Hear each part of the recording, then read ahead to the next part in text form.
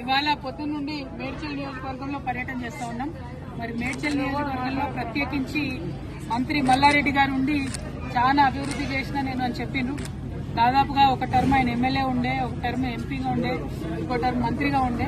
కానీ ఇప్పుడు ఎక్కడ చూసినా జవహర్ నగర్ కావచ్చు, మేము దమ్మాయిగూడ కావచ్చు, అన్ని ఏరియాస్ తిరుక్కుంటూ వస్తున్నాం. ఎక్కడ చూసినా మౌలికమైనటువంటి వసతులు, తాగునీరు కానీ, రోడ్లు కానీ, స్కూళ్లు కానీ, హాస్పిటళ్లు కానీ ప్రతి ఒక్కదానికి ప్రజలు ఇబ్బంది పడుతున్నటువంటి పరిస్థితి.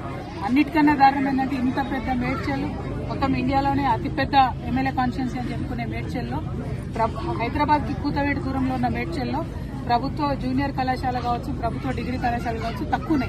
మొత్తం ప్రైవేట్ పరం అయిపోయింది. ప్రైవేట్ ఎడ్యుకేషన్ హబ్ గా మారిపోయింది. గంజాయి గడ్డగా మారిపోయింది. మొత్తం మేడ్చల్ తప్పితే అభివృద్ధి వైపు అడుగులేసింది లేదు. ఏమన్నా జరిగింది మేడ్చల్లో అంటే కేవలం ఇదివరకు టీఆర్ఎస్ ప్రభుత్వం ఉన్నప్పుడు డంప్యార్డ్ సమస్య కొంత మేరకు తీరింది. ఇప్పుడు కాంగ్రెస్ వచ్చినాక అది డబుల్ త్రిబుల్ అయింది, 2-3 గుంటలు అయిపోయినాయి. అదేవిధంగా అంతకుముందు కొన్ని పెన్షన్స్ వచ్చినాయి, ఆ పెన్షన్స్ ఇప్పుడు పెరగలేదు.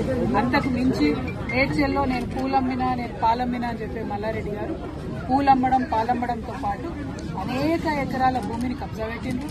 2 రోడ్డు విస్తరణ ఏదైతే జరగాలో జరగకుండా అడ్డుపడతా ఉన్నారు. వారి కాలేజీలు, వారి యూనివర్సిటీలు తప్పితే ప్రజలేం బాగుపడ్డారని చూస్తే మాత్రం దారుణమైన పరిస్థితి. ఎందుకంటే గవర్నమెంట్ కట్టించిన డబుల్ బెడ్రూమ్ దగ్గరికి పోయాల్సిన మేము పొద్దున